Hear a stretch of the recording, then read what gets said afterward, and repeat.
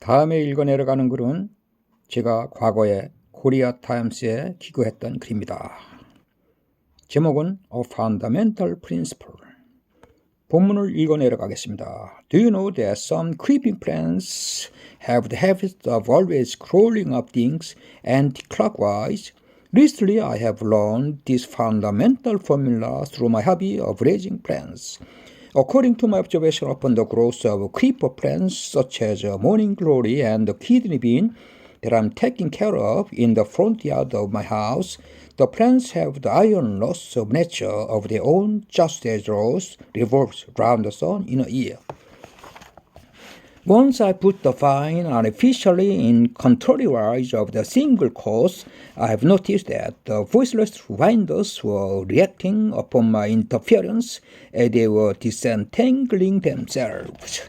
Several days later, I have found that the leaf stalks spread as ever in their established form again. It gave me many things to ponder and much more ignited my interest in a natural phenomenon of this kind. Why the crawling plants persist in building up their stalk in a regular form. At first, I couldn't force myself to have a logical thinking about this question. But the more difficult question I was confronted with, the more I was seized with curiosity, so that I forced my attention upon this question for a while. Then I myself was in the way that I questioned the nature of inductive reasoning. In the final analysis, this question impelled me to think of a dialectic answer, an answer that could be expressed by philosophical speculation reflecting upon their nature and characteristic. Though I haven't attacked the problem at the grassroots as yet, it is my understanding that twining plants, like all animate beings here below, cannot live outside the course of nature, which is a kindly mother of all flesh. So they act in harmony with the environment, since they can be within the category of this solar system in which we also live. In this viewpoint, there are strong justifications for believing that the whole creation cannot exist without rhyme or reason.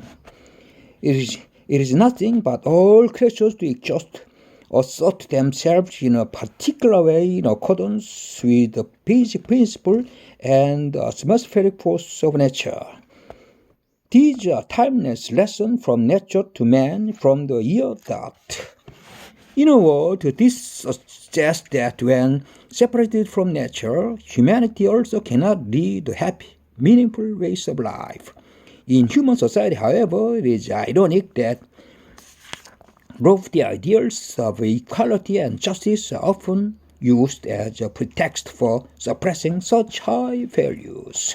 In other words, it is incomprehensible that the force of the human law did not always exert a beneficial influence upon the people, as is evident from the fact that a lot of people in the world are suffering from improper regulations.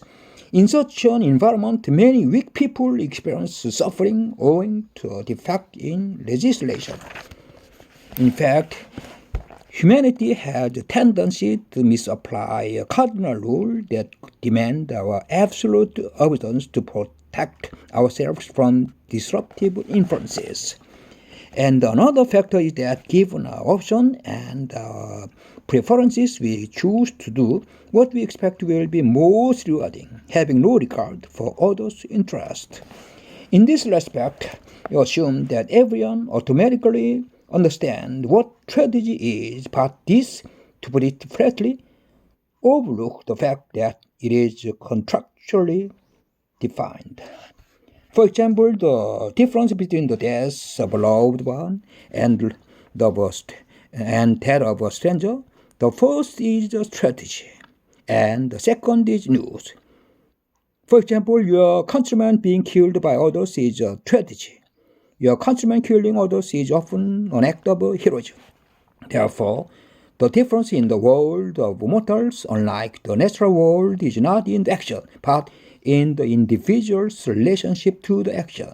At any rate, I am forced to conclude that Nothing could be further from the law of nature. So I think that it is desirable that the principle drawn from nature should be well applied to all cases in human life, just as a true principle cannot fly in the face of providence. 이상입니다. 감사합니다.